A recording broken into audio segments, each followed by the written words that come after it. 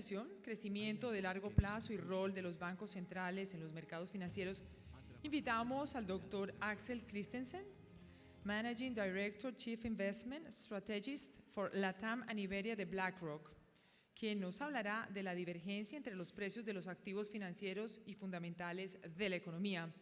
El Dr. Christensen trabajó como gerente de desarrollo de negocios en moneda, Asset Management. Fue gerente general de Cruz del Sur del 2008 al 2009, gerente de inversiones de AFP Cuprum, gerente de estudios de Citicorp Chile, Corredores de Bolsa, y jefe de estudios de Santiago Corredores de Bolsa. Inició su carrera en el área financiera en Celsius Corredores de Bolsa como analista de estudios. Es ingeniero civil industrial de la Pontificia Universidad Católica de Chile con MBA de la Universidad de Stanford de los Estados Unidos. Bienvenido y adelante. Invitamos al doctor.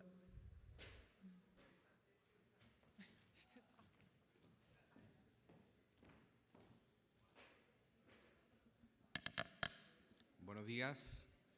Quisiera agradecer a todos los organizadores del evento, a Sobolsa, por la oportunidad de presentar hoy. Soy parte del equipo de BlackRock de América Latina. Actualmente me desempeño como estratega jefe para la región y la idea es que podamos repasar en el día de hoy todo lo relacionado con la aparente divergencia, vamos a volver sobre ello, entre lo que es los valores que toman los activos financieros y los fundamentos económicos. Pero antes, nada más para introducirles a BlackRock, quizás para algunos de ustedes no es algo que les diga mucho. BlackRock es el mayor gestor de fondos a nivel global. Tenemos ya cerca de 4.7 trillones de dólares bajo administración y tenemos una fuerte presencia en la región con ya cerca de 150 personas, incluyendo oficinas en Colombia, en México, en Brasil, en Chile, por cierto, en Madrid y con presencia del equipo latinoamericano en Estados Unidos. Para la región tenemos responsabilidad por cerca de 100.000 millones de dólares y estamos muy involucrados a nivel local, incluyendo a nuestra presencia como administrador del ETF y Colcap acá en Colombia. Así que con eso quisiera pasar a la presentación. Y acá, cuando venía para acá, le estaba dando los toques finales de la presentación, me acordé muy bien, no hace mucho cuando había estado con Javier, hace algunos meses ya, había estado en Santiago de Chile, donde estoy basado para proponer, presentar y propuso el tema, el hablar de la divergencia entre los precios de activos financieros y fundamentos económicos. Y en ese momento me parecía un tema muy bien para una agenda académica como la que estamos viendo estos días, pero no era necesariamente algo tan conectado con ese momento de mercado. Y cómo nos sorprende la realidad, ¿no? Y hoy en día probablemente hemos estado hablando muchísimo con respecto a cómo en estas recientes fechas en que hemos visto mucha volatilidad de mercado, afortunadamente estos días volatilidad al alza y no a la baja, pero no hemos cuestionado mucho respecto a, bueno, hubo un cambio en los fundamentos económicos, algo tan significativo que llevó a una corrección tan importante. Así que algo que en su momento quizás parecía muy centrado en lo académico, afortunadamente, pienso yo, empezó a interconectarse de mejor manera con la realidad. Entonces, la pregunta, ¿no? ¿Siguen los mercados financieros fundamentos económicos? Y bueno, veamos lo que nos dice la teoría. Muchos de nosotros hemos pasado bastantes años estudiando economía, finanzas. Yo me imagino, no quiero aburrirlos demasiado, pero han visto acá cuando analizamos mercados financieros, curvas que no son muy distintas a las de otros mercados, que los precios de los activos financieros lo determinan dónde se encuentran la oferta y la demanda. Y cuando hablamos, por ejemplo, de mercados de renta fija, hablamos de la oferta de dinero, hablamos de muchas variables, digamos, duras en cuanto a su contenido económico. Vamos a hablar de inflación, quizás vamos a hablar de política fiscal. Hay una interconexión bastante grande. Al menos la intuición nos dice que los mercados de activos financieros se debiesen mover muy ligados a valores o fundamentos económicos. Y eso quizás es más aparente en algunos mercados que otros. Como les señalo acá, si uno mira estas curvas que aparecen ahí, hay, digamos, teorías, hay modelos que nos permiten poner el precio, al menos teórico, de un activo de renta fija o tratar de ver hacia qué lado se podría mover el tipo de cambio mirando lo que son distintas variables económicas. Así que la primera respuesta desde un poco la intuición ligada a la teoría es que sí, debiese haber un fundamento. Si vemos, por ejemplo, y este es un cuadro que es algo real, nosotros los utilizamos en BlackRock, en el equipo de estrategia, cuando hemos trabajado con, por ejemplo, fondos de pensiones para llevar a cabo un ejercicio de determinación de cartera estratégica de largo plazo. En ese ejercicio requerimos tener como input retornos esperados de largo plazo. ¿Y cómo hacemos eso? Bueno, en este caso recurrimos a estimaciones y análisis de variables fundamentales. Como pueden ver en el detalle de este cuadro, lo que vamos a hacer para, por ejemplo, determinar el retorno esperado de un mercado accionario, lo vamos a descomponer en distintas partes. Va a haber una parte que tiene que ver con el crecimiento de las utilidades de esa compañía. Va a haber otra parte que tiene que ver con el nivel de precios que el mercado puede estar exhibiendo hoy en día con respecto a otros momentos del tiempo. Y finalmente hay una parte del valor o el retorno esperado que se asociará a el pago de dividendos o recompra de acciones. Ahora, fíjense bien en la parte que está delimitada, digamos, y denominada fundamentos de variables económicas, sobre que hay, digamos, de inmediato una conexión a una serie de variables económicas que utilizamos para proyectar esos retornos. El retorno esperado va a ser función de los niveles esperados de inflación futura, el crecimiento real de las utilidades corporativas en el mercado que estemos analizando, y eso a su vez es función de variables como el crecimiento económico, productividad, el crecimiento de la fuerza laboral. Como pueden ver, digamos, hoy en día es una experiencia muy concreta. Esto es algo que estamos utilizando al momento de modelar lo que podrían ser retornos esperados. A modo de ejemplo, si ya hiciéramos este ejercicio para lo que es el mercado de Estados Unidos, podríamos ir componiendo, como pueden ver ahí, con distintas estimaciones de variables económicas, lo que podría ser un retorno de largo plazo. Y cuando hablo de largo plazo estoy pensando en plazos que superan los 10 años. Este es un ejercicio en general más bien teórico en cuanto a no estamos tratando de estimar cuál es el retorno de mañana o de la próxima semana, ni siquiera del próximo año.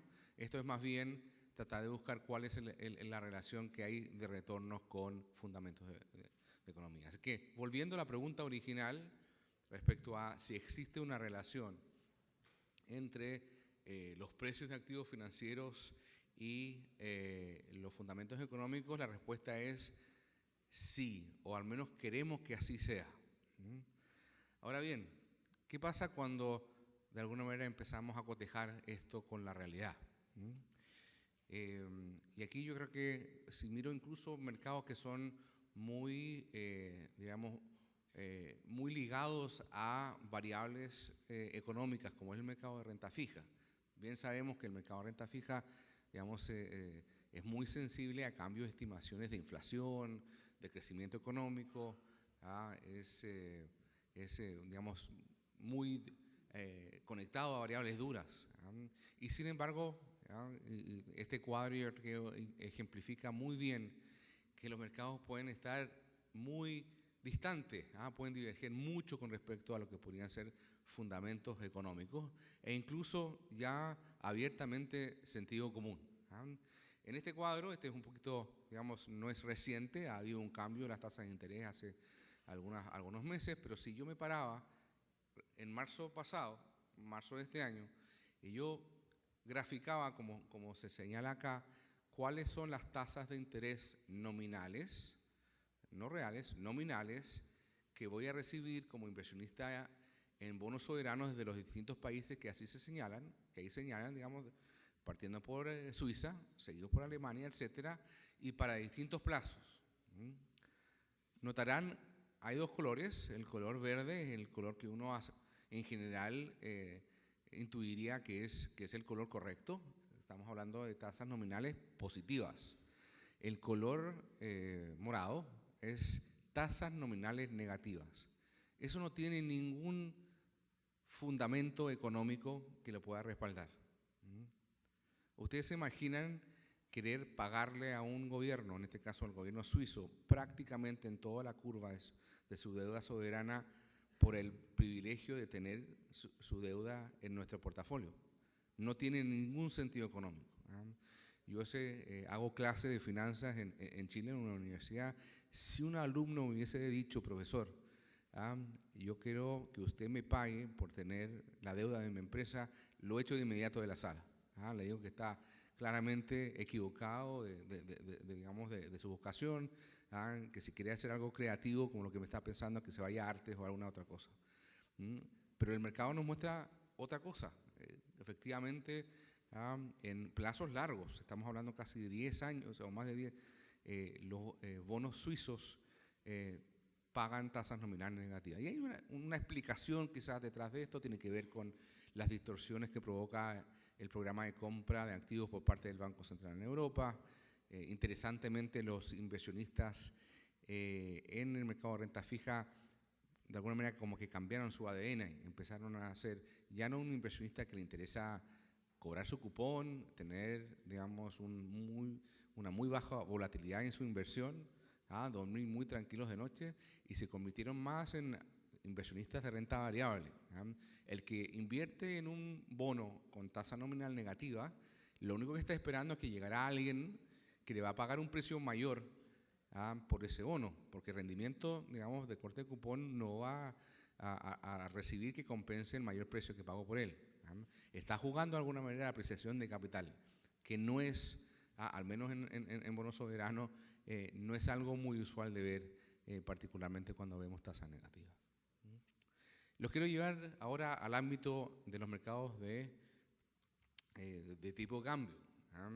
Yo me imagino que muchos de ustedes estarán familiarizados con un índice que ha desarrollado ya durante varios años la revista Economist. Es el índice Big Mac. Y es un intento de alguna manera de Economist de ver cuáles son los valores relativos de las monedas, en particular con respecto al dólar en general. Y la idea detrás de esto es básicamente tratar de buscar algún tipo de producto, en este caso una hamburguesa, que tiene, digamos, que se comercializa a nivel global, y en base a los precios al público de esas hamburguesas a nivel global permite hacer algunas inferencias con respecto al tipo de cambio. Ahora uno podría decir los mercados de FX, que son mercados muy profundos, muchos de ellos operan durante las 24 horas del día, no sería un lugar en que uno podría observar grandes diferencias o divergencias entre los precios de mercado y los valores económicos. Y sin embargo, el índice Big Mac es una constatación de que existen esas distorsiones. Hay diferencias. De hecho, en el cuadro pueden ver ahí los colores que representa cada uno de los países en el mapa mundial. Refleja si la moneda local si está sobrevalorada o subvalorada con respecto al dólar. Puedan ver que predominan las tonalidades rojas en el cuadro, digamos, de la reciente entrega de este indicador, que fue en julio pasado, y en general lo que nos está apuntando es que muchas de las monedas están subvaloradas con respecto al dólar, de manera importante. De hecho, pueden ver ahí un poco el detalle de Colombia. El peso colombiano, y yo creo que no tengo que repetirlo demasiado, es una moneda que al menos desde el punto de vista de fundamentos económicos está un tanto desviado de lo que uno podría esperar en cuanto a comercialización de productos.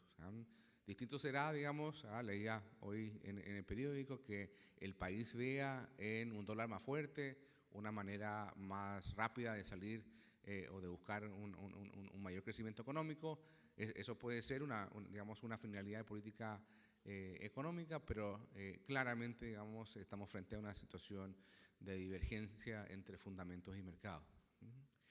Y, digamos, me centro ahora en quizás el mercado que por lo general nos suele sorprender más respecto a diferencias entre los valores fundamentales, como les enseñaba anteriormente, cómo podemos llegar a calcular un retorno esperado, un valor esperado de determinado mercado y la realidad de cómo funciona ese mercado, cómo se determinan los precios de los activos en la realidad, ¿no?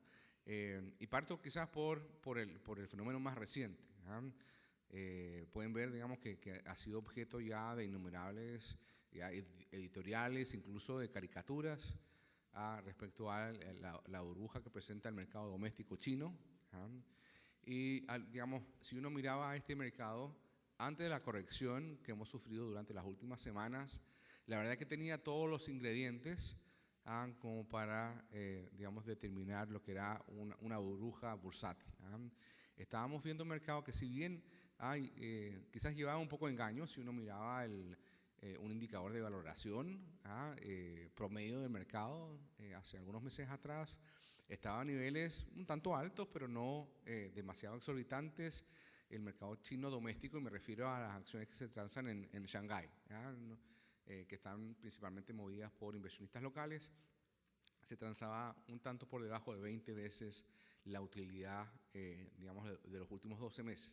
Nuevamente, una utilidad un poco alta quizás, un poco alta con respecto a su propia historia, pero no era una cosa, digamos, tan extrema.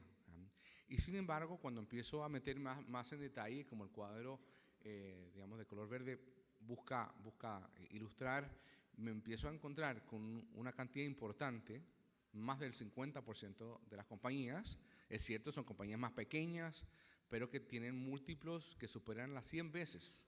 O sea, realmente una cosa bastante notoria de que podríamos hablar de una divergencia total de lo que podría ser los fundamentos económicos y la manera en que el mercado le está asignando valor. Y nuevamente uno puede intentar buscar razones. Hay una inyección muy grande de liquidez en China, eso está generando una demanda que está haciendo subir los precios. El perfil del inversionista local chino es un perfil que, digamos, se abre más para la especulación. Yo no sé si ustedes saben que los mnemotécnicos, los códigos de muchas acciones en China llevan número, y llevan número por una razón. Esos números que les ponen en el código son números de buena suerte. Es muy importante tener números de buena suerte en tu código de transacción para atraer a ese inversionista bursátil. Así que ahí les dejo la idea. Si la cosa todavía no funciona, pónganle número acá a los emisores colombianos por ahí, digamos, junto con la lotería, la gente empieza a comprar acciones. Pero eso era lo que pasaba, digamos, en China, y eso de alguna manera provocó una burbuja como la que hemos estado viendo, digamos, desinflándose en las últimas semanas. Ahora, si nos vamos un poco más atrás, esto no es solamente algo que pase, unos dirán, bueno, esta es una economía retrasada, creo que no son más de 1 de cada 30 chinos que invierten en la bolsa, es una cosa que uno esperaría de un mercado que todavía está en un estado de desarrollo muy atrasado. Bueno, se cumplen ya 15 años desde la corrección bursátil de las acciones de Internet en Estados Unidos, y claramente no se trataba de un mercado que tuviese, digamos, con falta de desarrollo, como podemos ver ahí. Y de hecho recién este año el Nasdaq, que es el índice de mercado que de alguna manera recoge la gran mayoría de las compañías de mayor relación tecnológica, recién 15 años después recuperó el nivel que llegó a tener en el máximo durante la burbuja. Así que este fenómeno no es necesariamente tan reciente ni tan, digamos, exclusivo a países emergentes. Lo podemos encontrar en países desarrollados al menos hace 15 años atrás. Y de hecho ni siquiera, digamos, me puedo quedar ahí, puedo irme incluso más atrás. Yo no sé si alguno de ustedes ha tenido la oportunidad de leer este libro. Este es un libro escrito a mediados del siglo XIX y que trata precisamente sobre burbuja financiera. Si no lo han leído, digamos, es muy interesante en todo tipo de activos. Obviamente hay activos bursátiles, como sale ahí. Durante el siglo XVIII hubo una burbuja de una compañía que se dedicaba a comerciar con las colonias inglesas, que se llamaba South Sea Company, y como pueden ver ahí, clásico ejemplo de burbuja, sube, ¿no es cierto?, empieza a despejarse de fundamentos económicos. Ahora lo interesante, uno dirá, bueno, claro, siempre hay inversores que son desprevenidos, que no hacen la tarea de analizar los estados financieros. Les quiero apuntar a uno de los inversionistas que se quejaba amargamente del impacto negativo que su propia inversión tuvo en este mercado. ¿Les suena el nombre de Isaac Newton? Uno de los padres de la física. Bueno, este señor, muy influido también por, de alguna manera, lo que sus amistades en ese entonces le comentaban, decidió invertir en esta compañía, por cierto, tarde. De hecho, o más bien, entró, tuvo una buena, digamos, experiencia de inversión, vendió sus acciones, veía que seguía subiendo la acción de la compañía, volvió a comprar y finalmente, digamos, tuvo que salir cuando perdió todo, ¿no? Y de hecho, una de las citas memorables de Newton es, como se señala ahí, que él sentía que podía calcular los movimientos de los cuerpos celestes, pero no era capaz de entender la locura de la gente, y él fue una víctima en ese sentido. Así que la realidad, de alguna manera, y quise usar estos ejemplos, nos llevan a contrastar que si bien nuestra intuición o quizás los deseos de tratar de buscar algún tipo de fundamento racional al movimiento de los precios de los activos financieros, muchas veces se encuentra frente a una realidad que dista bastante de encajar con nuestro deseo de darle orden digamos, a nuestro pensamiento. Entonces, hecho esta, digamos, pequeña introducción, déjenme compartir con ustedes algún, digamos, de la evidencia que hoy día existe, algunos estudios, algunos análisis académicos que han intentado responder esa pregunta, digamos, a través de estudios que ligan variables económicas con movimientos de precios de activos financieros. Entonces, voy a empezar con quizás algunas palabras de esperanza. Si yo empiezo a tratar de buscar una primera conexión, uno dirá, bueno, en las facultades de economía nos enseñan que el valor actual de un activo financiero se calcula en base a los flujos futuros que esa compañía o ese instrumento me va a entregar como inversionista, ¿no? Y lo vamos a descontar a una tasa de descuento, etcétera, pero está básicamente ligado al flujo futuro que voy a recibir. Ahora, la gran pregunta o el punto de partida, cuando yo empiezo a mirar fundamentos económicos, ¿es posible hacer una conexión entre el devenir agregado de la economía y las utilidades de las empresas, que son precisamente las utilidades que hoy yo voy a proyectar, por ejemplo, para calcular el precio de una acción o calcular el precio de un instrumento de renta fija? Afortunadamente, o al menos en Estados Unidos, hay una conexión. Pueden ver ahí, por ejemplo, lo que es el crecimiento nominal del Producto de Estados Unidos, que es la línea roja, y más abajo lo que son las utilidades corporativas, como son informadas en las cuentas nacionales de Estados Unidos. No es el S&P 500, son las cuentas agregadas, van a incluir compañías que están listadas y otras que no están listadas en la bolsa de Estados Unidos, ¿sí? Claramente se trata de data real, por lo tanto no hay una coincidencia perfecta, pero pueden ver la tendencia, ¿no? Y de hecho, este es un cuadro de un destacado economista que fue por mucho tiempo estratega digamos, de un banco de inversión, él hablaba de su número mágico, ¿no? Del 7%, que ha sido el crecimiento nominal de largo plazo en Estados Unidos. De alguna manera es el número que él muchas veces utiliza para proyectar lo que es el crecimiento de largo plazo de lo que son las utilidades corporativas. Ahora, ustedes me dirán, esto es toda la economía.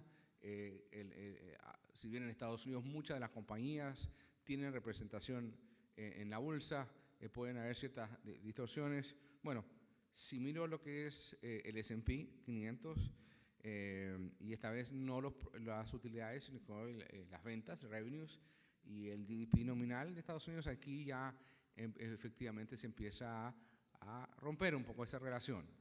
Van quizás en la misma dirección, hay cierta direccionalidad entre uno y otro, pero claramente la volatilidad es distinta.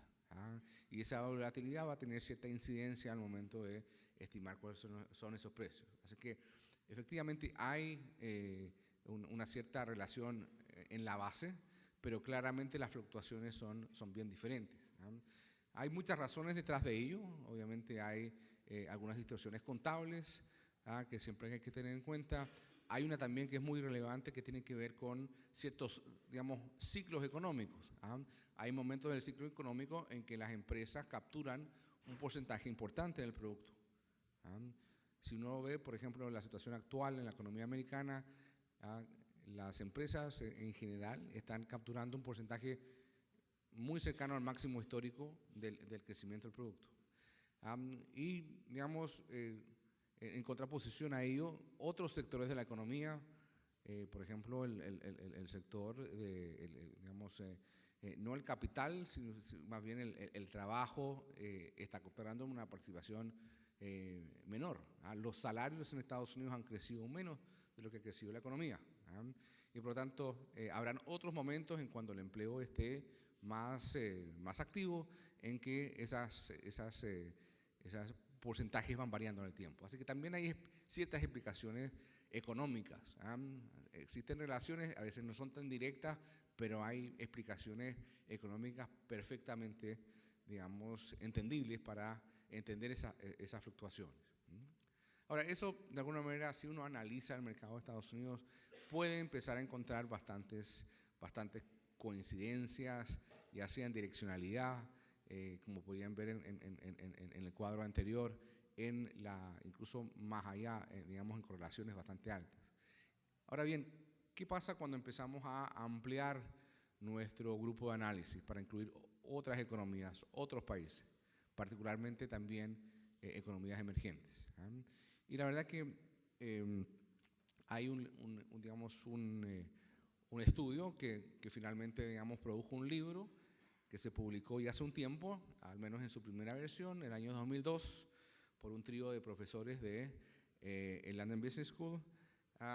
El libro, digamos, se llama El triunfo de los optimistas.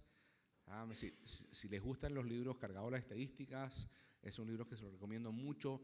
De alguna manera, a través de un muy buen análisis duro de las cifras, desmitifica muchas de las posibles intuiciones que teníamos respecto a la relación entre variables fundamentales y movimientos de mercado.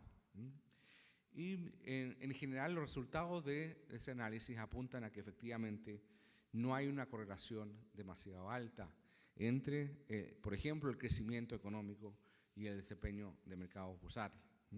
Y este estudio, afortunadamente, porque estos profesores han seguido trabajando con un banco de inversión, se ha ido actualizando, ¿no? Nos quedamos solamente con esa primera,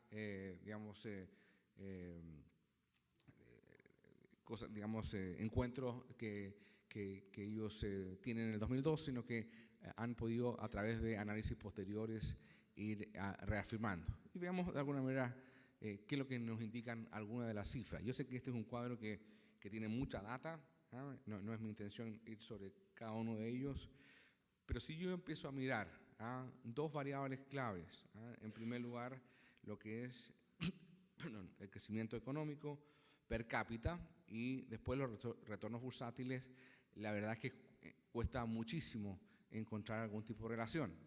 Es más, el estudio, para un periodo bastante amplio, estamos hablando más de 113 años, nos entrega una correlación que incluso es negativa. De alguna manera, esa intuición que teníamos, que el crecimiento económico se refleja en buenos resultados bursátiles, se empieza a desmoronar. Así que, bueno, si uno empieza a tratar de masajear la data quizás para encontrar alguna mejor relación, ya si eliminamos el per cápita, si eliminamos el producto agregado, ya las cosas empiezan a mostrarse un poco mejor. Recuerden que en el producto agregado, de alguna manera lo que estoy haciendo también es incluir el factor de cambio poblacional en los cálculos. Al hacer ahora el contraste entre el crecimiento económico y resultados de las bolsas, ya tengo una mejor correlación. De hecho, para este tipo de análisis, una correlación bastante aceptable, sobre 0,5%, pero todavía sigue siendo algo que, digamos, de alguna manera me deja dudas respecto a esta relación. ¿Por qué? Digamos, voy a intentar dar algunas respuestas a esa diferencia, pero la data, el análisis duro de las cifras nos indica que no es tan clara la relación. A pesar de que uno diría, digamos, como estrategia de inversión, ¿por qué no invertir en aquellas economías que están creciendo más, que deberían tener como resultado de ese mejor crecimiento mejores resultados bursátiles? Y algo de eso hay, ya hoy sobre ello, de hecho, en mercados emergentes. Este mismo trío de profesores hizo un análisis muy interesante, de hecho lo publicó el año pasado, en que intentaron, bueno, ver no solamente el crecimiento económico, sino que otras estrategias o otras, digamos, variables que permitirían clasificar a países, que van desde el tamaño del país, por ejemplo, que puede ser un indicador un tanto ingenuo, si ustedes quieren. Hay otros que miran a cuánto es el rendimiento por dividendos que entrega los distintos mercados. Hay algunos que miran la situación de la moneda y el crecimiento económico, que es el que quiero destacar. Y aparece algo que, nuevamente, si bien contrasta en algo con la intuición que yo les presentaba inicialmente, de que existe una relación entre el crecimiento económico y los buenos resultados bursátiles, al mismo tiempo devela quizás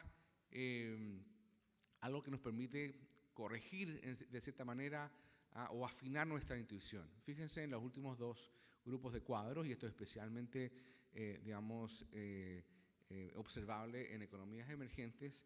Si yo busco cuál es la relación entre retornos cuando miro lo que fue el crecimiento económico pasado, no hay relación. De hecho, las correlaciones son inversas. Los países que han tenido menor crecimiento histórico, mirando hacia adelante, han tenido mejor retorno bursátil. Suena muy poco intuitivo.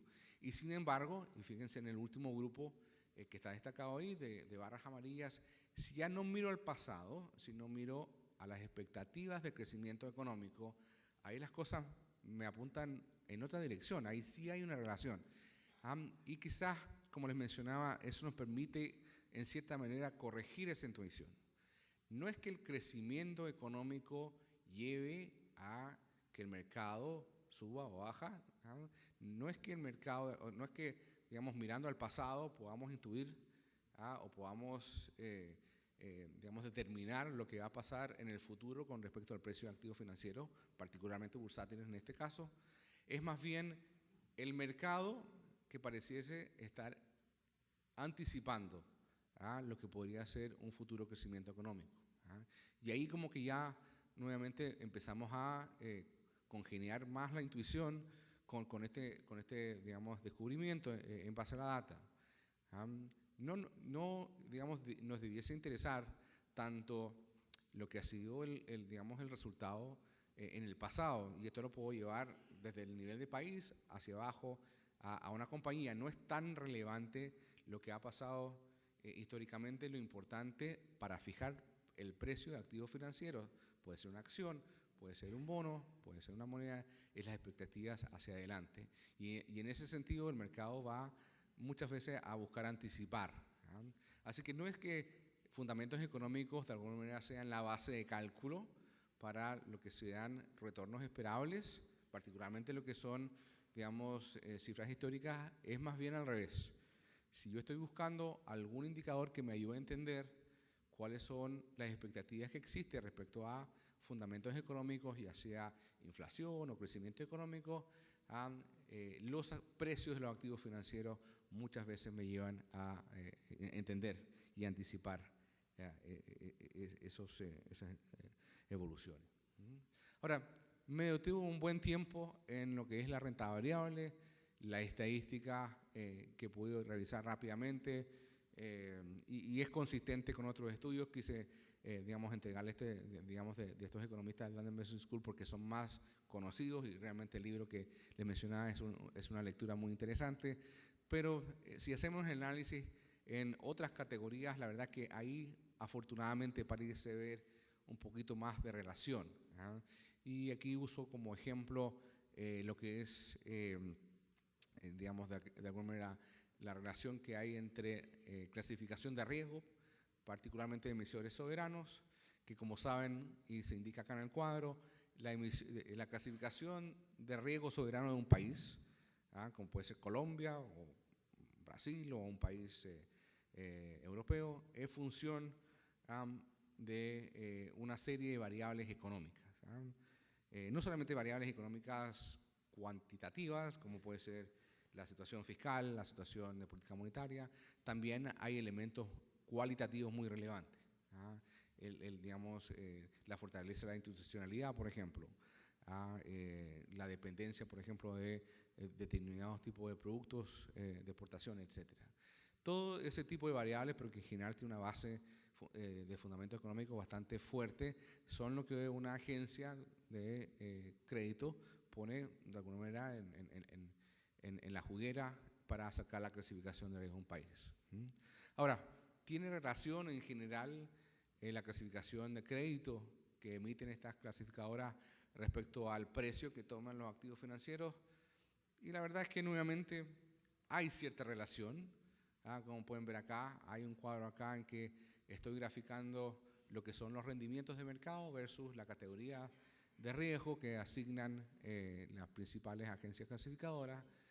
Uno puede, de alguna manera, en base a esos puntos, derivar una curva que tiene cierto sentido y, sin embargo, uno no tiene que trabajar demasiado para encontrar algunos casos de excepción a lo que uno esperaría. Entonces, uno dice, bueno, las categorías de clasificación de riesgo que se fundamentan de manera muy importante en variables económicas, cuantitativas y cualitativas, el mercado las está reconociendo al momento de ponerle precios a sus activos y la verdad es que en buena parte sí, pero no es perfecto. Hay otros elementos también, pueden ver ahí que hay países que si bien están en la misma categoría de crédito que otros, pueden observar diferencias importantes. Y eso muchas veces tiene que ver con características especiales. Hay algunos emisores que no tienen niveles de liquidez demasiado grandes en sus emisiones.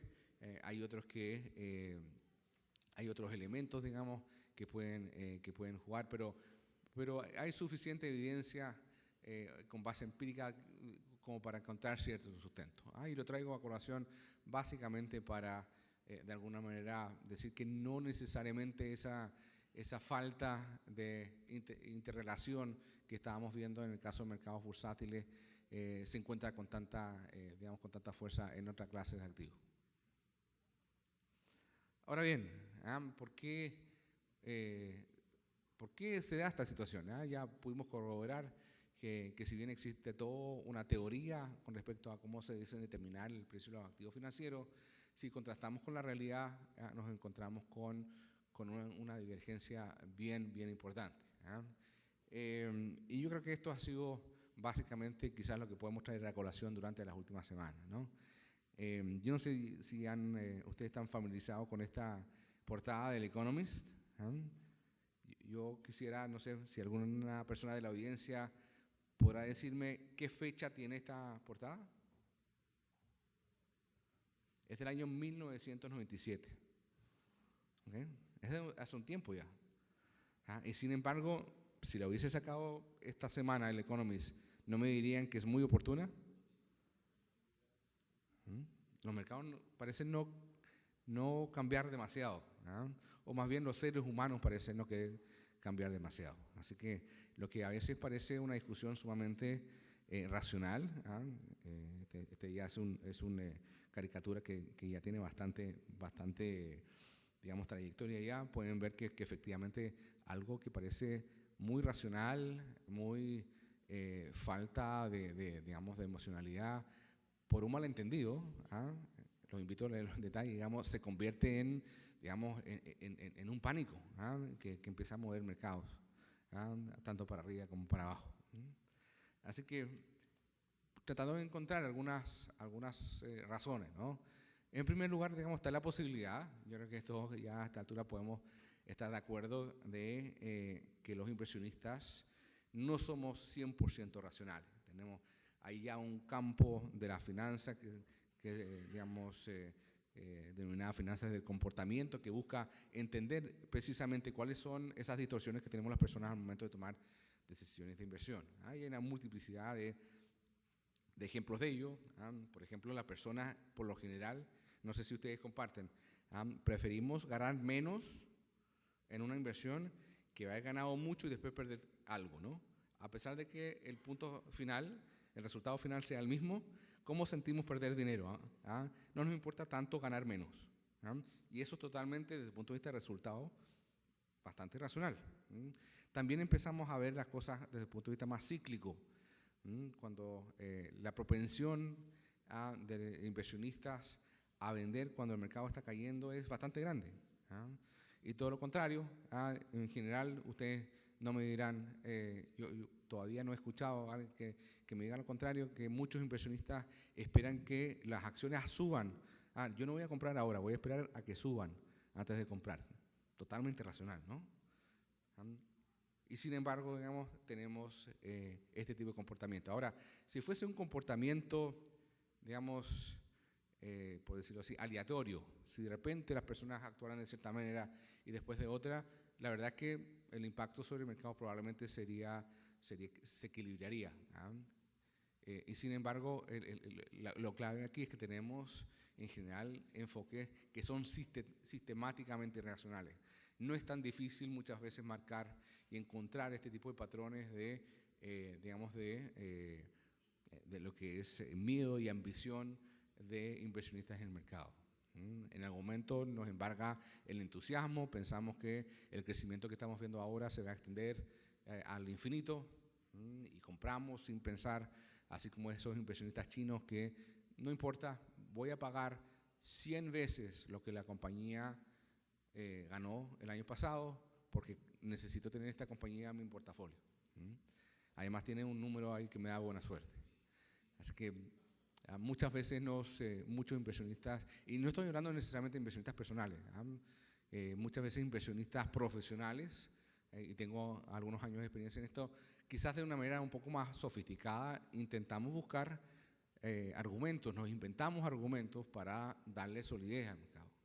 Mira, este múltiplo puede estar un poco extendido, pero la verdad, como la inflación a nivel general es muy baja, eso hace más fácil pagar un premio mucho mayor en esta situación de mercado de lo que hubiese pagado antes. Hay un poco de irracionalidad en eso. Hay cierto, digamos, uno puede encontrar cierto fundamento, pero porque la inflación está muy baja o porque las tasas de interés están muy bajas, eso de alguna manera lleva a pensar de que lo que pueda estar creciendo en la compañía hoy día se puede extender infinitamente. La verdad es que no tiene demasiado sustento racional. Y todo lo contrario empiece a suceder cuando el mercado se corrige. Lo que creemos que va a ser, digamos, o lo que está de alguna manera generando dudas hoy, pensamos que va a ser la situación permanente.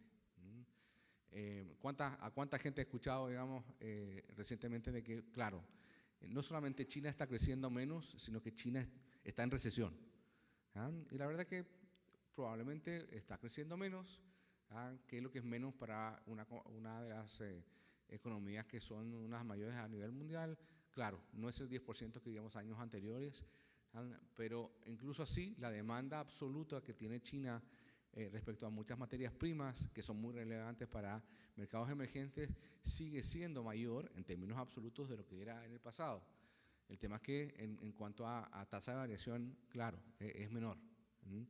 Pero eso de alguna manera nos lleva a tratar de sacar conclusiones de que, claro, si crece menos es que claramente va camino a una recesión y no hay fundamentos económicos para pensar eso todavía.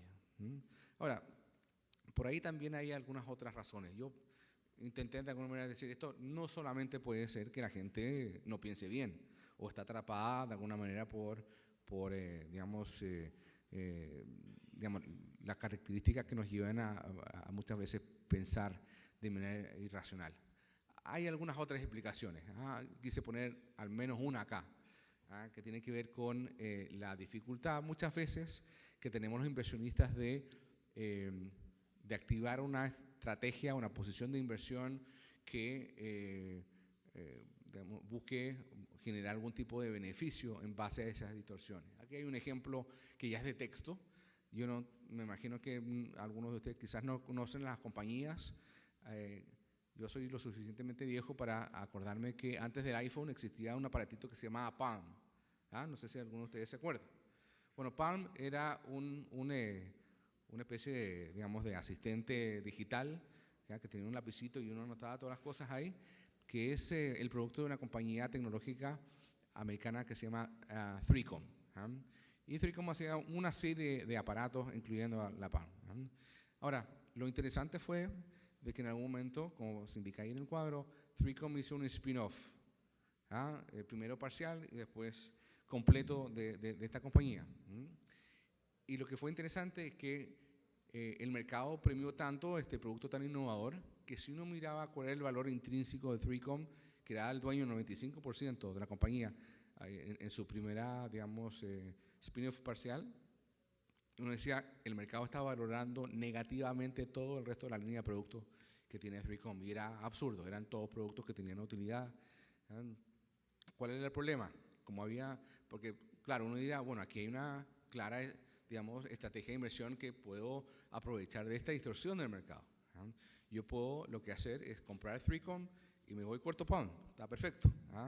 Está claramente el riesgo económico, no hay ninguno, son las dos compañías, son exactamente el mismo digamos, subyacente, etc. Y sin embargo, como el float, es decir, las acciones disponibles que habían en Palm en ese momento era tan pequeño, no era posible llevar a cabo esa estrategia. Así que muchas veces, cuando vemos enfrentados a situaciones de burbuja, uno diría, bueno, ¿por qué el mercado no funciona acá? ¿Por qué de alguna manera las condiciones, los inversionistas no hacen dinero apostándole en contra del movimiento de una burbuja? Y a veces hay elementos técnicos que no lo permiten, principalmente por la disponibilidad de activos como para tomar una posición contraria. Así que eso quizás también nos plantea un desafío a las bolsas, digamos, a la regulación para tratar de buscar de qué manera la formación de precios, que muchas veces se ve afectada por problemas de liquidez, a veces por fricciones tributarias, se pueden ir remediando. Pero afortunadamente no es todo, digamos, su fuente es irracionalidad, también hay algunas limitaciones de mercado. Entonces, quería, digamos, para ir concluyendo ya, dejar algunas conclusiones. La intuición, como les mencionaba, muchas veces nos llega a pensar que hay una cercanía mayor entre los fundamentos económicos y la manera en que los activos financieros se valoran. Y sin embargo, como les señalaba anteriormente, la evidencia al menos es poco clara en ese aspecto. En algunos casos es abiertamente contraria, en algunos otros casos es menos clara, o si ustedes quieren, de alguna manera, redirige mi mirada en cuanto a lo que pensaba que era intuición, digamos, más bien el rol anticipatorio que tienen muchas veces la manera en que se fijan precios de activos financieros respecto a la evolución de variables económicas. Ahora, ¿por qué se producen estas distorsiones? Hay un par de intentos de encontrar de alguna manera causas a ello. Una tiene que ver con las digamos, limitaciones que tenemos como personas al momento de tomar decisiones financieras, la irracionalidad, como les mencionaba, otras que tienen que ver con limitaciones de arbitraje. Ahora, quizás, digamos, ustedes queden con la curiosidad, bueno, BlackRock es un gestor grande, ¿cómo hacemos, no? Y la verdad es que finalmente lo que hacemos es un enfoque bastante, digamos, ecléctico. Tomamos un poco de ambas cosas. Creemos que hay que tener algún tipo de capacidad de mirar las cosas en el largo plazo y eso establece en cuanto a fundamentaciones, digamos, económicas, pero también miramos otros tipos de indicadores que ya no necesariamente son solamente en base a variables de esta naturaleza. Como pueden ver ahí, tenemos, de hecho, hemos desarrollado en BlackRock una serie de modelos cuantitativos que miran, por supuesto, factores macroeconómicos también, factores que inciden en la fijación de precios, como pueden ser momentum, por ejemplo, de mercado asociado a flujos, percepciones de riesgo y otras variables que, si bien son medibles, no necesariamente se condicen totalmente. Y en ese sentido, a través de un análisis sistemático exhaustivo, nos permite ir, por ejemplo, llegar a este tipo de modelos en que, en base a distintas variables, algunas de ellas económicas, algunas de ellas, como les mencionaba, más ligadas a sentimiento o a momentum, que son de otra índole, nos permite ir estableciendo una estrategia de inversión. Así que, de alguna manera, es posible encontrar estos dos mundos, estar atento a estas divergencias en cuanto a necesitar de otro tipo de variables fuera de las económicas para hacer este tipo de análisis de lo que pueden ser retornos futuros. Y con esto, les quería dejar, yo no sé si esto es un buen momento para poner este tipo de caricaturas, pero darles acá, yo creo que nuevamente hay mucho de lo que está pasando actualmente, de que es una situación ligada a una situación más bien emocional, y espero que, lo que hemos visto de volatilidad en los últimos días, de volatilidad alza, permanezca un poco más de tiempo. Y espero no ver a ninguno de ustedes así en el próximo año. Gracias. Muchas gracias.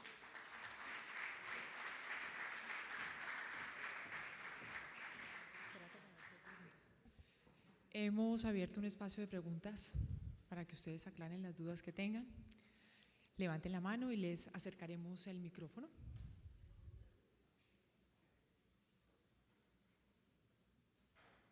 Bueno, parece que todo quedó como muy claro. Muchísimas gracias nuevamente, doctor Christensen, por su presentación. Y para hablarnos sobre la relación entre el crecimiento económico y el desarrollo del mercado de capitales, invitamos a la doctora Annette Kiobe, del Fondo Monetario Internacional, economista de la División de Mercados Emergentes y Estrategia en el Departamento de Evaluación y Políticas del Fondo Monetario Internacional. Su trabajo está enfocado en las relaciones entre países, incluyendo crecimiento, desarrollo económico, vulnerabilidades, balanza de pagos y los tipos de cambio. Anteriormente trabajó en Polonia en el Departamento Europeo y en el Líbano y Jordania en el Departamento del Medio Oriente. Bienvenida.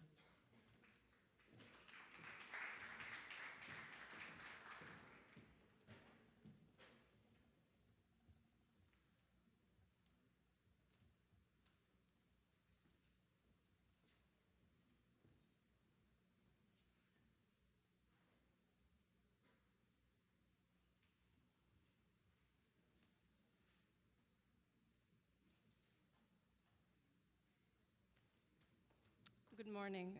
My name is Annette Kiobe, and I will be presenting a paper on financial deepening, capital markets, and growth. And in the second part, I'll look to see whether or not there's a role for government in developing capital markets. But before I begin, I would like to thank the conference organizers for inviting me to see their beautiful country for at least a couple of days. I also would like to thank the translators who will be helping me with my presentation, because unfortunately I don't have the good fortune to speak Spanish. So very briefly, I will outline what my presentation will do. So the first thing I will do is present why developing capital markets could be important. Second, I will present some stylized facts on how developed financial and capital markets are in Latin America, including Colombia. Third, I will look at the impact of financial development on growth and stability. And in this section, I will also seek to address the question of whether bank or capital market development becomes more important as countries grow. And lastly, I will also look at the role governments play I will also look at the role that governments can play in facilitating capital market development. So as economies grow, the size of capital markets increase relative to banks.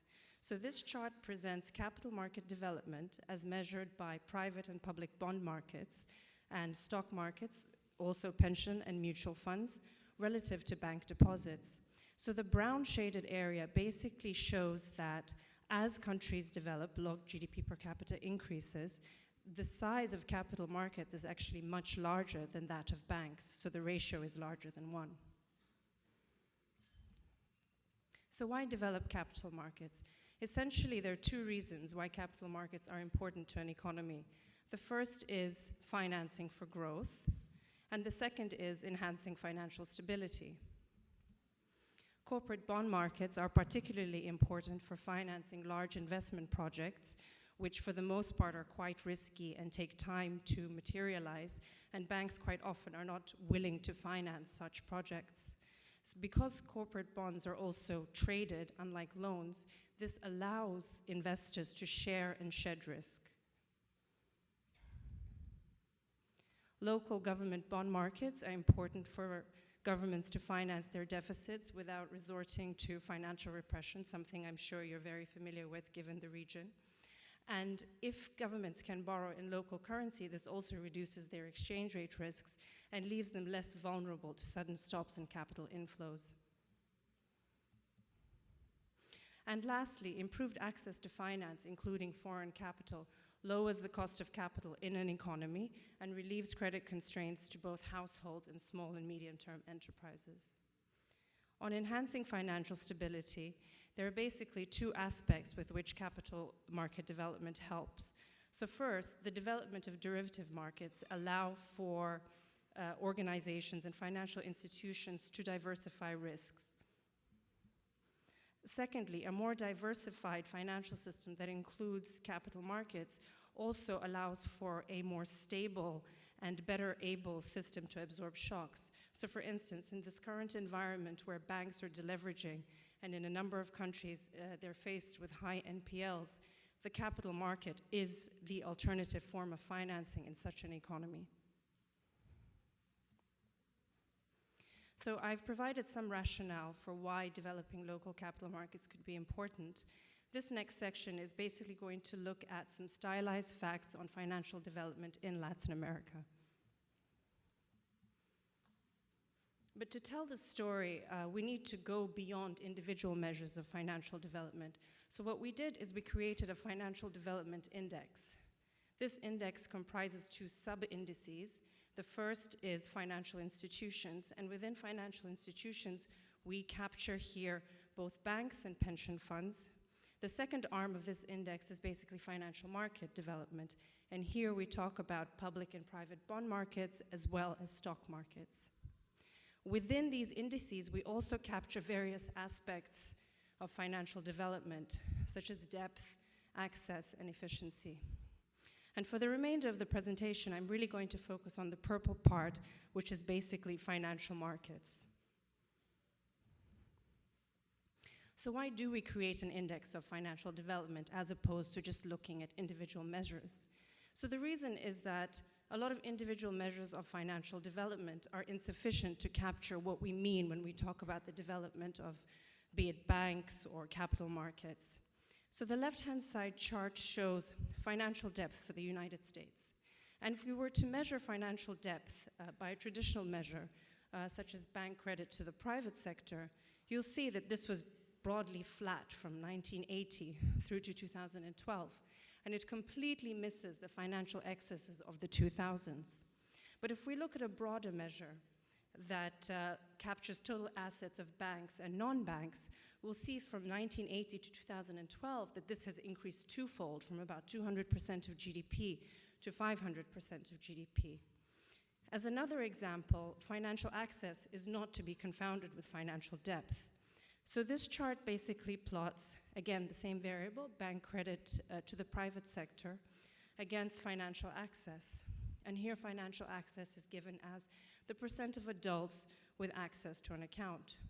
So for the same level of bank credit to the private sector, about 100%, Vietnam and Korea have vastly different levels of financial access. So in Vietnam, for instance, only 25% of adults have access to accounts, whereas in Korea, it's 100%. So Latin America, where does it place on financial development? And here again, I'm talking about a more broad index of financial development that captures both financial institutions, financial markets, and also aspects within that, such as depth, efficiency, and access. So here the index is normalized between 0 and 1, with 0 being obviously the lowest level, and this is denoted by red, and green is the highest level of financial development. And if we look at Latin America, we see spots of red, so basically Central America with countries like Bolivia and Paraguay performing quite poorly, the Caribbean as well, Argentina.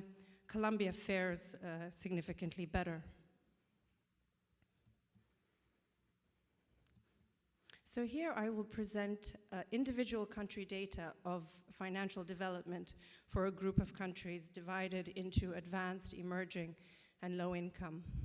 And as can be expected, the advanced countries perform very well on financial development, with countries like Switzerland, Japan, and the United States leading the pack.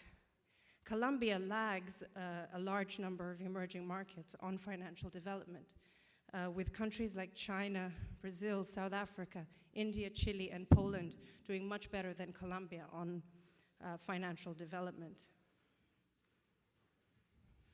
Looking closer at financial market development, so this is a much narrower aspect of financial development. This was the purple portion that I showed earlier. Colombia is 4th on financial market development, following Brazil, Mexico, and Chile. Looking at how Colombia has performed across time on financial market development, again, the concepts that we look at are access, depth, and efficiency. We see that financial market indices have improved considerably. The blue bar is where Colombia was in 2002. The red bar is where Colombia was in 2013. And again, by access, remember this is an index, so this captures various components of access in financial markets. So for example, access here is the percent of market capitalization outside of the top 10 largest companies. It also includes the total number of issuers of debt, domestic debt, external debt, the debt of non-financial corporations, and also the debt of financial corporations. By depth, we mean stock market capitalization and also stocks traded, and other debt securities such as government debt, and again, the total debt securities of non-financial corporations and financial corporations. And here, by efficiency, what we capture is basically stock market turnover. So if you look at efficiency, which is basically the last set of bars, you see that efficiency has increased threefold in Colombia from 2002 to 2013. If we look at a time series of what has actually been driving this improvement in financial development in Colombia, we see that it's mostly been driven by equity market capitalization. This is basically the red line chart. So if we look to see how that has increased, we basically see from 2001, it's gone from 10% of GDP to more than 60% in 2011. But the thing to note is that it's actually stalled. So as of 2011, it's basically plateaued. We don't have the data for a group of countries to look to see what's happened since then. You probably know this better than I do. If you look at something like credit to the private sector, this has remained broadly flat. Benchmarking Colombia again to the region and to a number of Asian emerging markets and also a few G7 countries, you see that Colombia lags again with domestic stock market capitalization at about 60% of GDP compared to a country like Chile where it's 120% of GDP.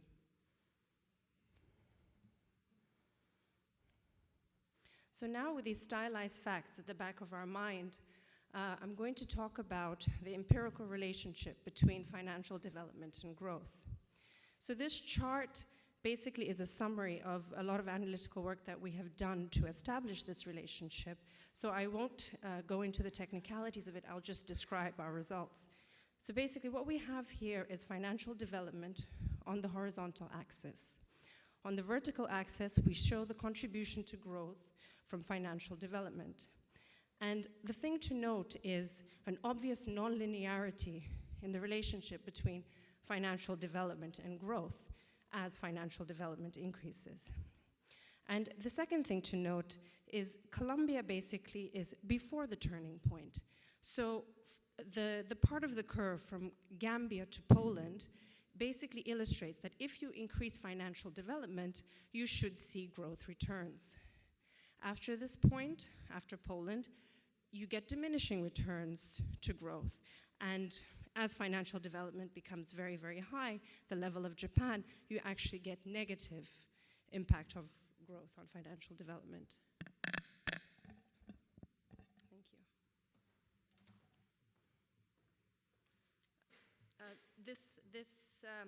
This relationship is also to be taken with some caution, because if you plot the 95% confidence interval of financial development, the turning point is somewhere between 0.5 and 0.7 of the index. It's not one number, at least we're not able to identify that.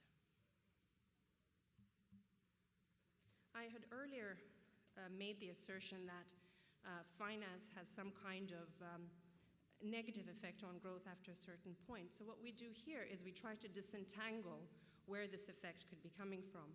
So again, this basically plots the financial development index, but what we do here is we disaggregate where growth could be coming from. So the yellow part is total factor productivity growth. The blue line is the rate of capital accumulation. So what you see is this non-linearity is present only for total factor productivity growth. So basically what this result suggests is that the too much finance result results in a misallocation of capital. It doesn't result necessarily in less capital accumulation.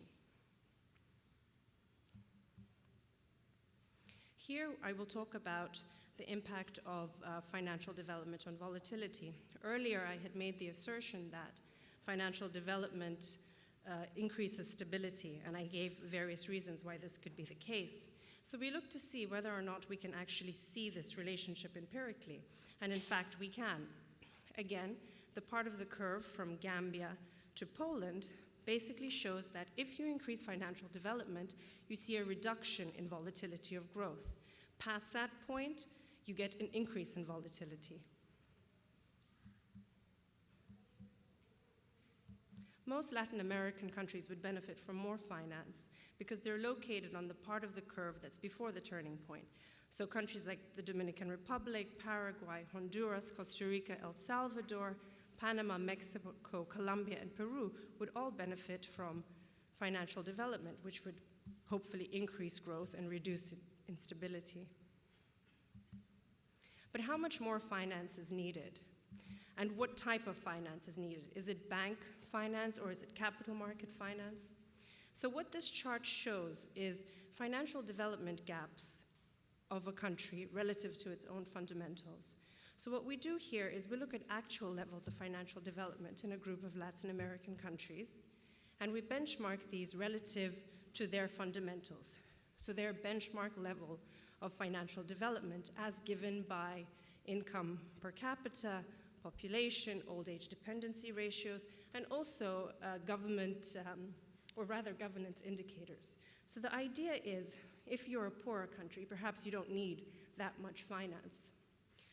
Similarly, if you're corrupt, you wouldn't expect financial development to take off. So what you see is that a number of countries from Panama through to El Salvador actually perform really well on financial development. But note, this is relative to their own fundamentals, and albeit fundamentals could be low for certain countries. And now, where does Colombia place on this measure? And Colombia basically is the country right after Nicaragua on this chart, so a little bit to the right of the middle of the chart. And what we see here is that financial development in Colombia is underdeveloped relative to fundamentals.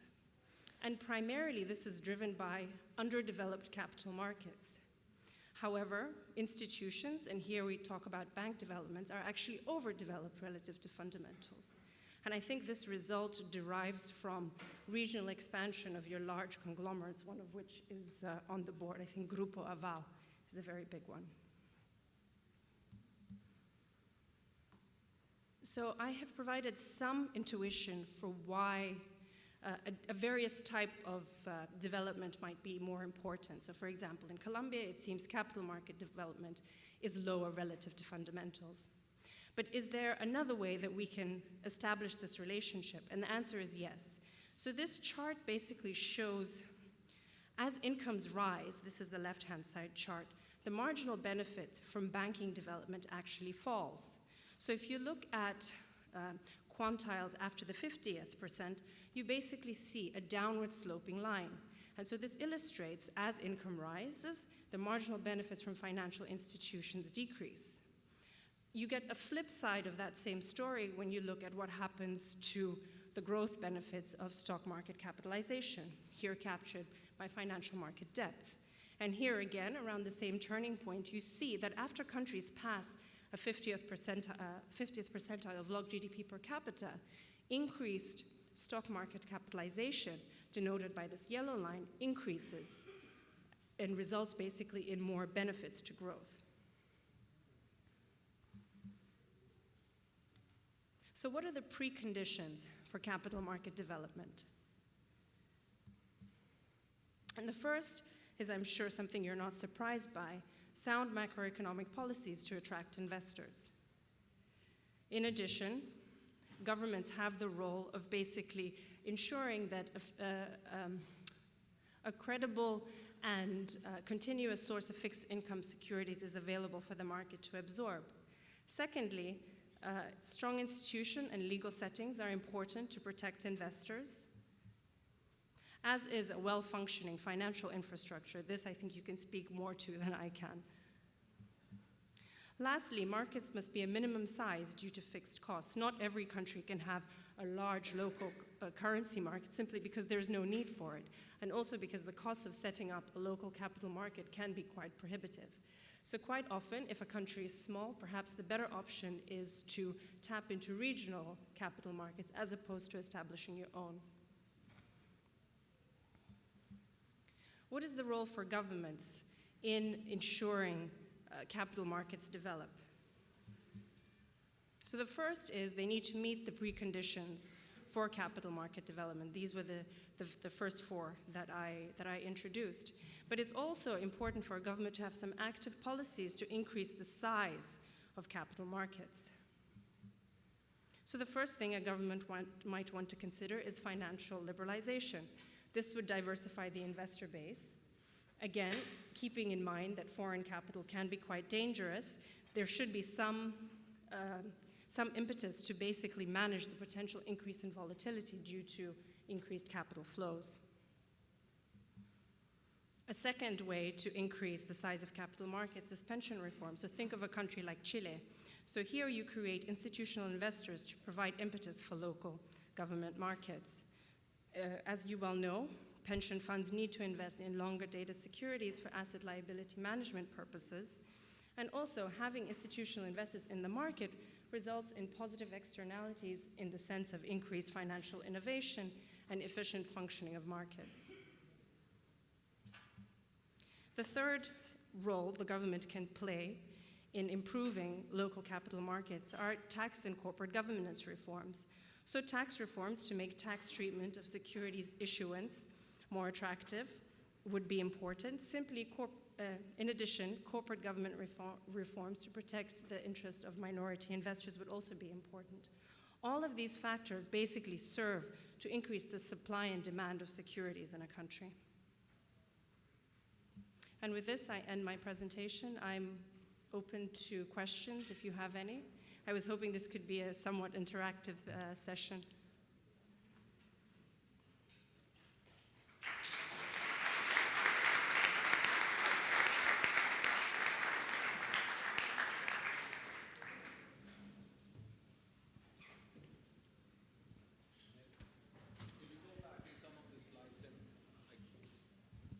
Sorry, I can't remember the slide, but I had a question. Could you describe it? It'll be easier with the slide. Okay.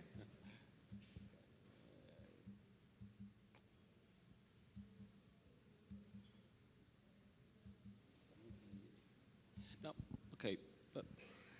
Stop.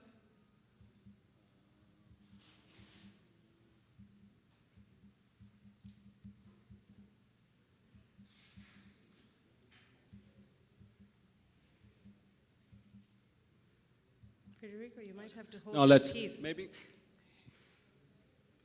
In terms of when you speak about access,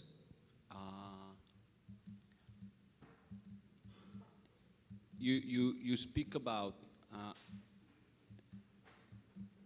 in terms of the investors, in terms of the opportunity the small investor has, or the development of complex investment instruments for all investors. Right now, when we think about access, we think about the availability of finance to smaller investors so that it's not going to, for example, a concentrated base of large investors. So by access, we really are talking about the type of investor as opposed to the plethora of products that you might have. But that's not to say it's not a good idea to look at access beyond just the type of investor. But keep in mind, we did this work for 128 countries. And not all countries have sufficient data in order for us to create an index that looks at the variety of investment products.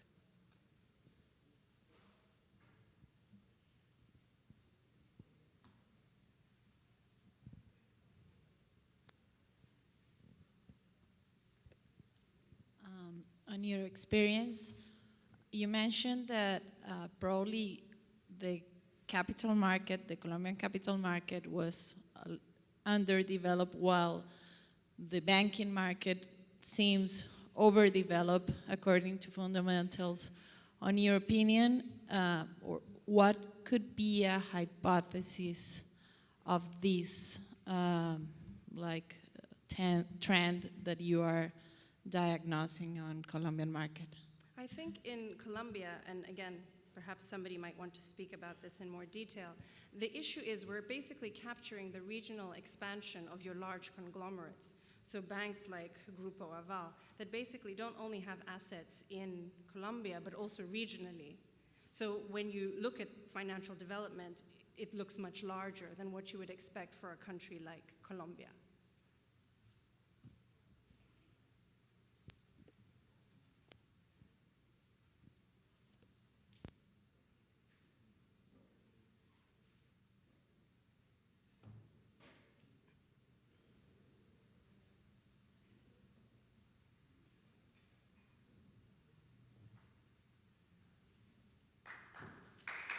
Thank you. Dr. Kiobe, thank you very much for your presentation. Bueno, y a continuación vamos a desarrollar un conversatorio. Yo quisiera que me acompañaran aquí adelante en la mesa principal el doctor Adolfo Meisel y el doctor Juan Sebastián Rojas.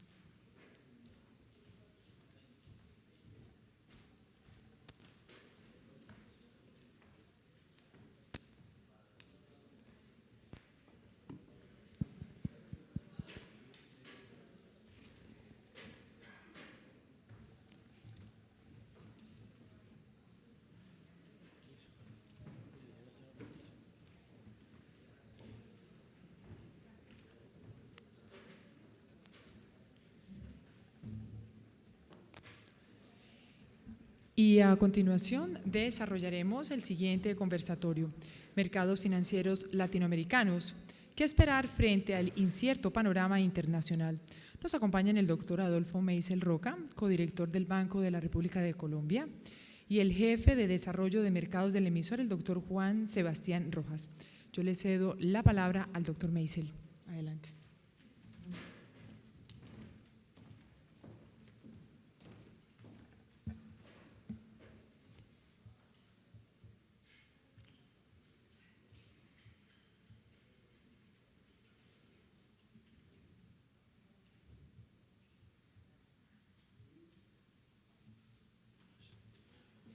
Bueno, muy buenos días. Quiero agradecer a los directivos de Asobolsa la Bolsa de Valores de Colombia, por esta invitación.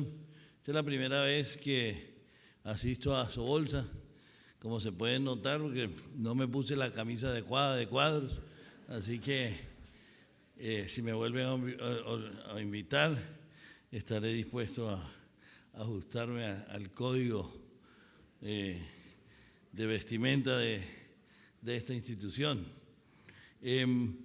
La presentación que voy a hacer ha sido preparada conjuntamente con Juan Sebastián Rojas, jefe de desarrollo de mercados del Banco de la República, y voy a tratar de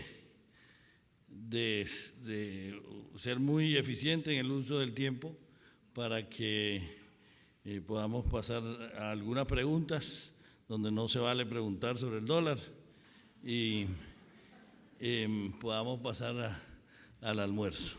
Entonces,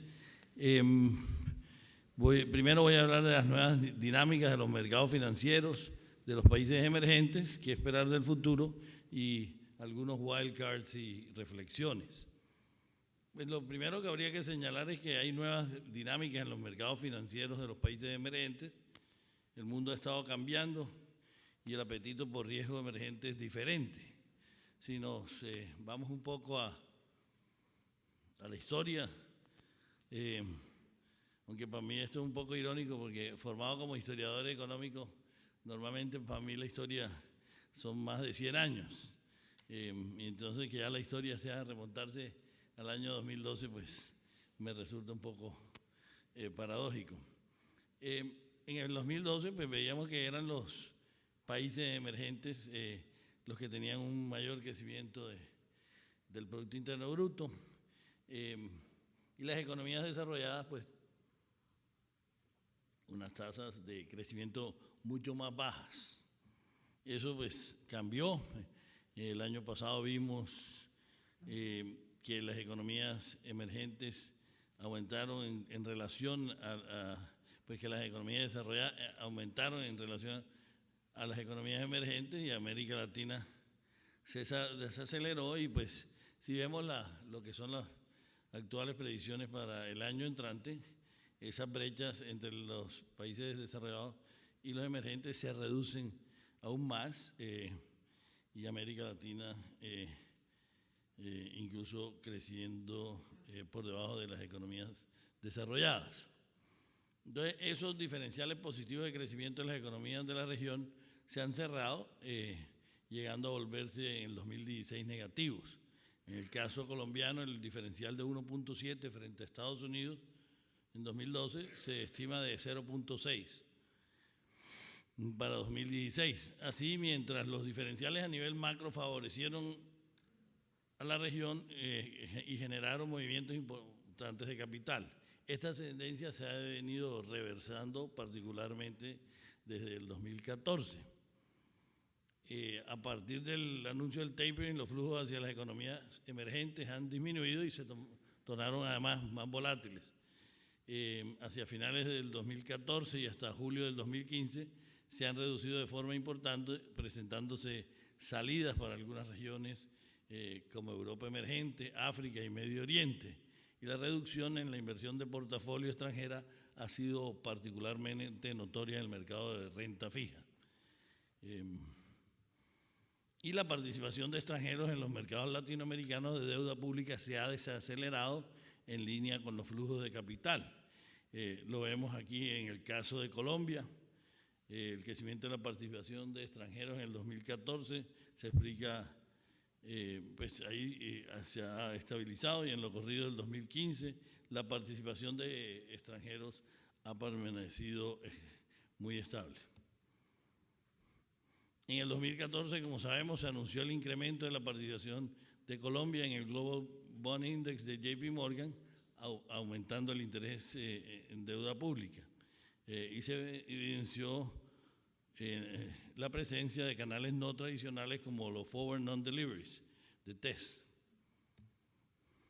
Y el apetito de Colombia se incrementó en general las inversiones de portafolio, aunque como en otros países de la región se han reducido recientemente.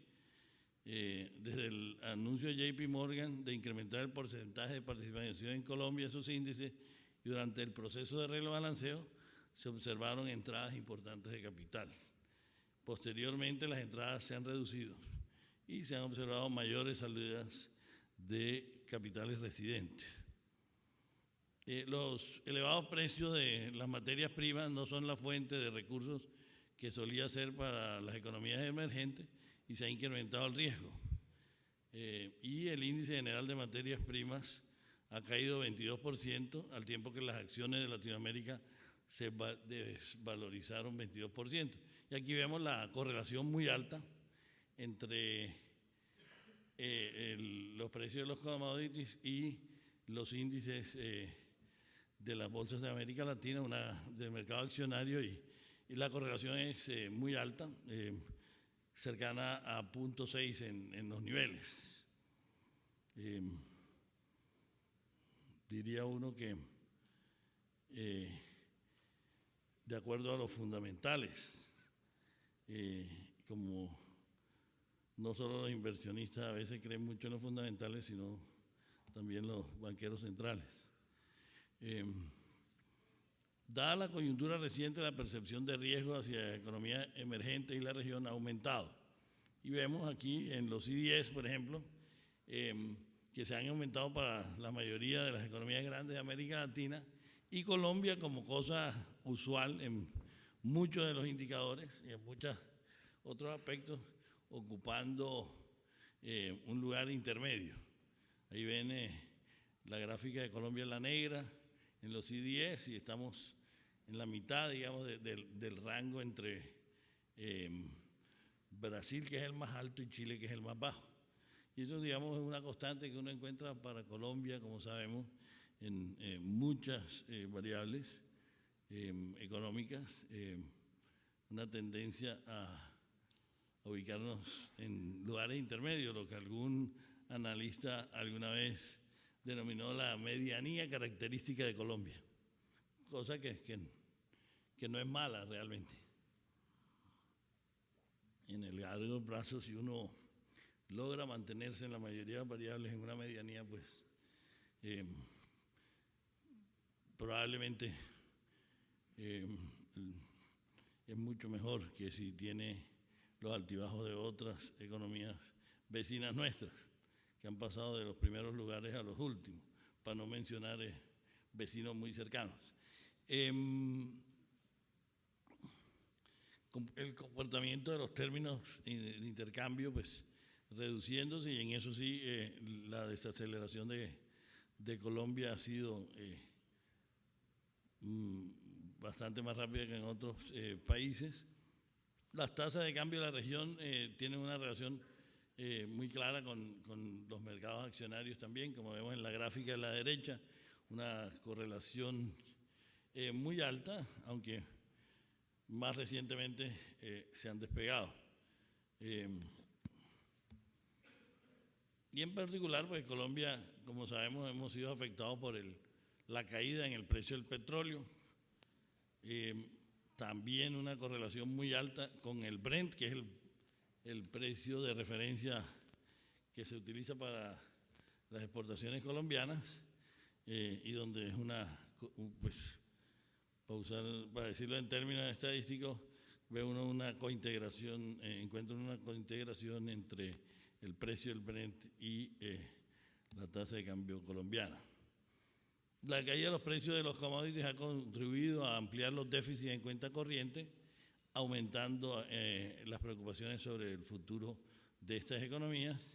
Y aquí, infortunadamente, en esta gráfica vemos que nos salimos de esa posición tradicional de Colombia o ubicarse en posiciones intermedias, y con respecto a las principales economías de la región, pues tenemos el déficit en cuenta corriente más alto en este momento. Y pues lo que ha sido motivo pues de discusión y de seguimiento, aunque esperamos que este año el proceso de ajuste que se está dando pues terminemos en un nivel menor que el observado. Desde el anuncio del tapering, la tasa de los bonos de deuda pública han seguido el comportamiento de los treasuries, No obstante, el precio de las commodities ha modificado temporalmente esta dinámica. En Brasil se han profundizado los temores sobre la situación fiscal, se han observado menores expectativas de crecimiento y una alta inflación.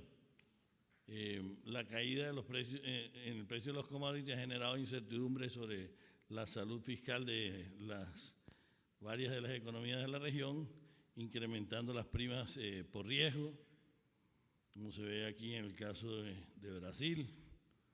En el caso de Colombia, en ausencia de escenario de riesgo que motiven la búsqueda de activos de refugio, la tasa de interés de Colombia y Estados Unidos se ha correlacionado positivamente en los últimos años, y no es claro cuándo ni el ritmo, y como no es claro ni cuándo ni el ritmo de incremento de la tasa de interés en Estados Unidos, el desacople en las expectativas ha sido un factor importante de volatilidad. Pues hace unos pocos días había un consenso que pues en el segundo semestre iba a ser el aumento de las tasas del FED. Con los sucesos del viernes y comienzo de esta semana, eso ha cambiado. Hay analistas que consideran que con las inestabilidades recientes que se han estado presentando, se podría presentar un postergamiento de la decisión del FED. Incluso algunos analistas norteamericanos, antes de los sucesos más recientes, ya habían señalado que podría haber un postergamiento, y con estos sucesos pues parecería que eso pudiera suceder en la medida en que se ha aumentado la inestabilidad de los mercados a nivel mundial.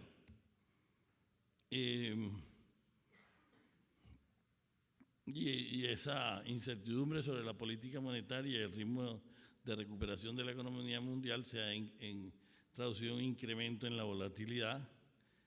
Estas son cifras a 24 de julio y vemos, bueno, ya mirando las cifras de la volatilidad de la tasa de cambio de América Latina a 29 de julio, vemos pues ahí un aumento muy claro de la volatilidad que esperamos que sea morigerado pues que se vaya morigerando, pero pues uno sí puede esperar un poco de mayor inestabilidad, pero pues, con respecto a la más reciente que hemos observado, sí esperaría que se fuera morigerando. Y hay algunas cosas pues, que a nivel internacional que parecerían que ayudarían en ese sentido. Uno, pues habría que mencionar la expansión de la base monetaria en Japón, el quantitative easing de la Unión Europea, el programa de compras de la Gran Bretaña y la política monetaria expansiva en Australia, Canadá, China, entre otros, sobre todo China en este momento, y la implementación de tasas negativas en Dinamarca y Suecia, aunque no sé qué tanto pese Dinamarca pero obviamente las otras economías sí con un peso muy grande en la economía mundial. En la región vemos una tendencias divergentes. El caso de Brasil es el de mayor incertidumbre de todo tipo, incertidumbre fiscal,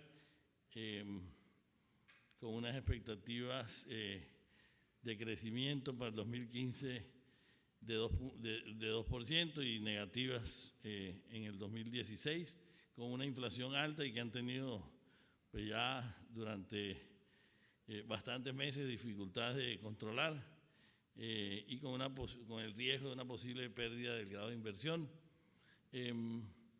Y las economías de Colombia, Chile y Perú, todas ellas altamente dependientes de los precios de los commodities, con unas expectativas de crecimiento en un rango entre 2.5 y 3.2. En el caso de México, pues vemos la consolidación fiscal, el efecto positivo de la reforma del sector energético y unas expectativas de crecimiento entre 2 y 2.8. y tienen la ventaja pues, de la alta correlación de su ciclo económico con el de Estados Unidos, que ha estado en un proceso de recuperación, pues si no muy rápido, sí bastante consistente. Y con la cercanía a los incrementos del FED se hace más crítico, pues, por supuesto, evaluar las vulnerabilidades de las economías emergentes.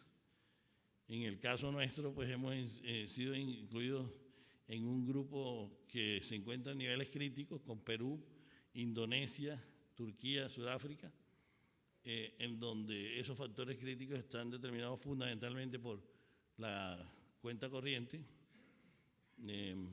la participación de las importaciones netas de commodities dentro del PIB y pues esto, digamos, un motivo pues, de los temas más relevantes para la política económica en Colombia.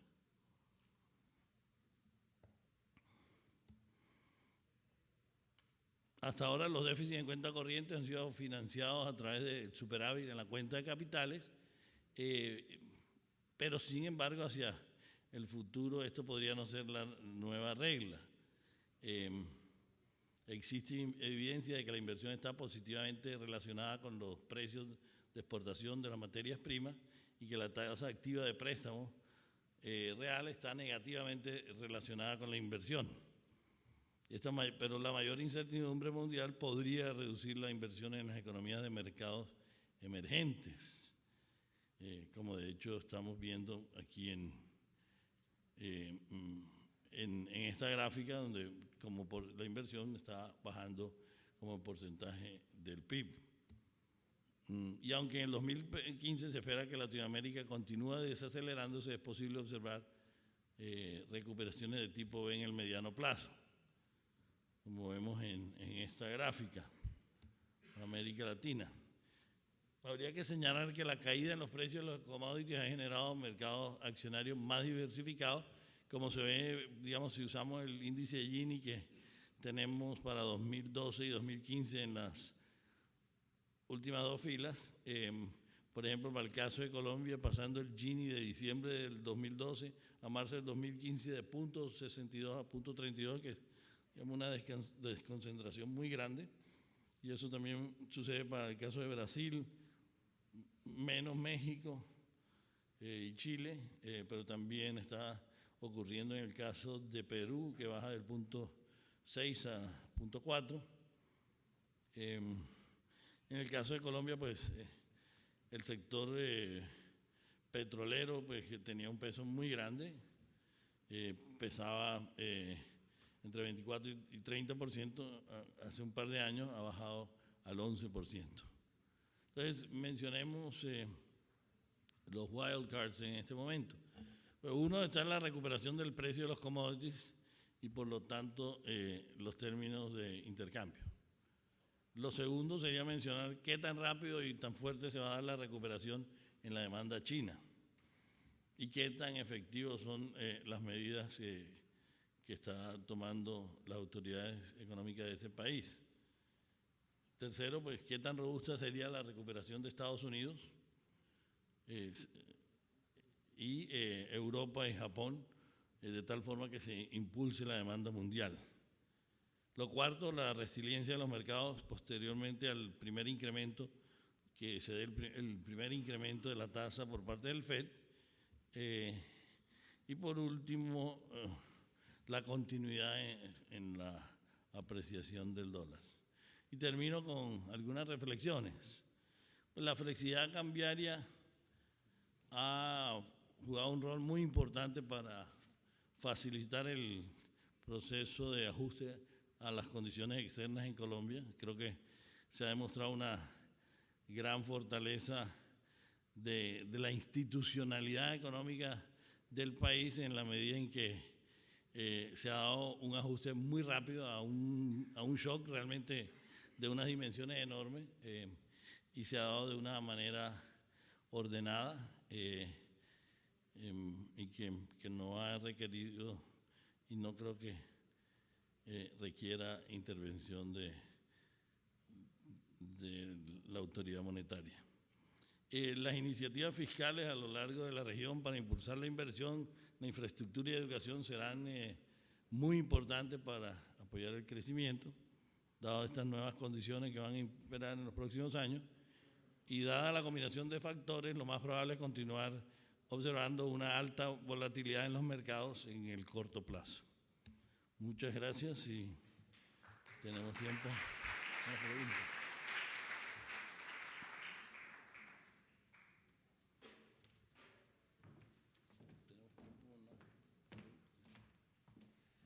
Y a continuación le cedemos la palabra al doctor Rojas, jefe de desarrollo de mercado del emisor. Adelante. Él me va a acompañar en la respuesta. No, como vamos a hacer, yo hago la presentación y Sebastián Rojas me va a acompañar en las preguntas y pues, temas que ustedes quieran plantear. Entonces, está abierto a las preguntas.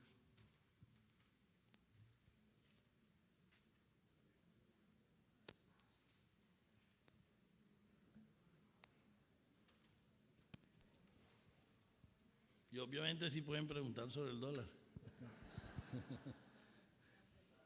Bueno, entonces sí. Doctor Adolfo, no, yo le iba a decir que no íbamos a pedir intervención del Banco de la República en el tema del dólar. Creo que el tipo de cambio flexible pues, ha servido bastante bien. Sin embargo, un poco la preocupación que hay es esta percepción de que la devaluación no para. ¿Sí? De que como que esta depreciación no tiene techo o que el peso no tiene piso. ¿Cómo ven ustedes ese tema? Y dentro de las explicaciones, cuando nos centramos en que todo viene de afuera, pues no hay mucho para hacer. Pero un poco el diagnóstico que usted está haciendo es, pues sí hay unos shocks externos, pero lo que eso hace es que pone de presente que tenemos una cuenta corriente muy desbalanceada y entonces en esa nueva realidad, ¿qué es lo que tendríamos que hacer para ayudar a que la economía haga una transición pues más suave y que no sea toda a punta de devaluación? Bueno, el primer tema es un tema de Banco de la República. El segundo intuyo que no es un tema de Banco de la República. El primer tema es, digamos, pues, la preocupación que uno ve de la gente en la calle es, y a mí me ha sorprendido eso, hasta qué punto, digamos, en el día a día de la gente afecta el dólar de una manera a veces inesperada. Lo veo, por ejemplo, en los estudiantes universitarios. Los estudiantes universitarios están realmente preocupados y es básicamente porque es una generación que, a diferencia por lo menos de la generación mía, está muy acostumbrado a la compra por internet. Entonces, inmediatamente eso los afecta. Bueno, y nos afecta a los padres porque es con la tarjeta nuestra, pero pues lo que pasa es que nosotros les ponemos un presupuesto y entonces se les reduce a ellos lo que pueden comprar. Pues no ve uno que hay un margen para una, digamos, ¿cuál es el techo ese? No ve uno un margen para una reducción mucho más alta en el caso del precio del petróleo. Yo lo que he aprendido en los últimos meses es que lo que dicen los expertos en precio del petróleo no tiene nada que ver con lo que pasa con el precio del petróleo, porque todos se han equivocado. Entonces, pues obviamente ahí hay una incertidumbre grande, pero parecería, digamos, que a los niveles que se ha acercado se estabilizaría, digamos, en ese año y empezaría a subir ligeramente el año entrante. Entonces, que estamos cerca de un nivel que no va a cambiar mucho. Con respecto a digamos, bueno, pues pues obviamente, digamos, hay un reacomodo en los precios relativos donde el país tiene que exportar más de otros productos y sustituir importaciones. El tema de la sustitución de importaciones es relativamente más rápido que el tema del crecimiento de las exportaciones. Entonces, una de las cosas que estamos viendo más rápidamente es es, y digamos de las conversaciones que tenemos periódicamente con los empresarios, es una movida, digamos, hacia suministro en los mercados internos. Con respecto a las exportaciones, nos hemos sorprendido probablemente casi todos en que la reacción ha sido más lenta de lo que se esperaba. Y en eso contribuyen varios factores estructurales. Uno, afecta el tema de nuestros socios comerciales. Todavía, pues, es muy fácil decir, no, ya lo de Venezuela está ajustado, pero es que todos los años vemos una reducción en las exportaciones a Venezuela, que eran el principal destino de las inversiones industriales. Tenemos otro vecino con dificultades, que es Ecuador, que era el tercer socio comercial hace algunos años, y Estados Unidos, pues todavía el crecimiento no es tan alto. Entonces, digamos, y en neto, pues con decrecimiento de los socios comerciales. Entonces, ese es un primer factor estructural que no ha ayudado, digamos, a la reacción de las exportaciones ante la devaluación. Un segundo factor estructural, y eso no es solo para Colombia, sino para toda América Latina, ha sido la China. Hay un trabajo reciente del Banco Mundial donde muestra, digamos, cómo parte del problema que tiene la industria de América Latina es el avance en la competitividad de la China, que ha ido desplazando productores de América Latina. Y un tercer factor parecería ser que, digamos, hubo un costo de la revaluación que tuvimos en los últimos años, donde los industriales perdieron mercados o capacidad productiva, y la recuperación de esos mercados y de esa capacidad productiva toma algún tiempo. De todas maneras, en el sector industrial normalmente son mercados especializados y por lo tanto son mercados que hay que trabajarlos, y por lo que uno oye de los empresarios, pues los están trabajando, pero eso tomaría algún tiempo. Entonces, creo que la tasa de cambio sí se va a digamos, convertir en un factor de crecimiento exportador y de sustitución de importaciones, pero va a tomar algún tiempo.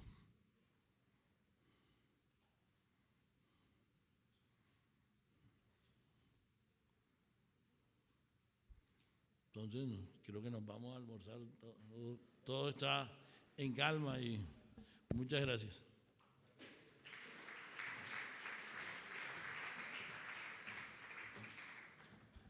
Doctor Meisel, nuevamente muchísimas gracias por sus interesantes aportes. Ahora están todos invitados a disfrutar del almuerzo que se va a llevar a cabo en el restaurante Las Chivas del Hotel Hilton. Este es ofrecido por el Depósito Central de Valores de Cebal. Les recuerdo que nos vemos nuevamente a las 2 para continuar con la agenda académica. Muchísimas gracias.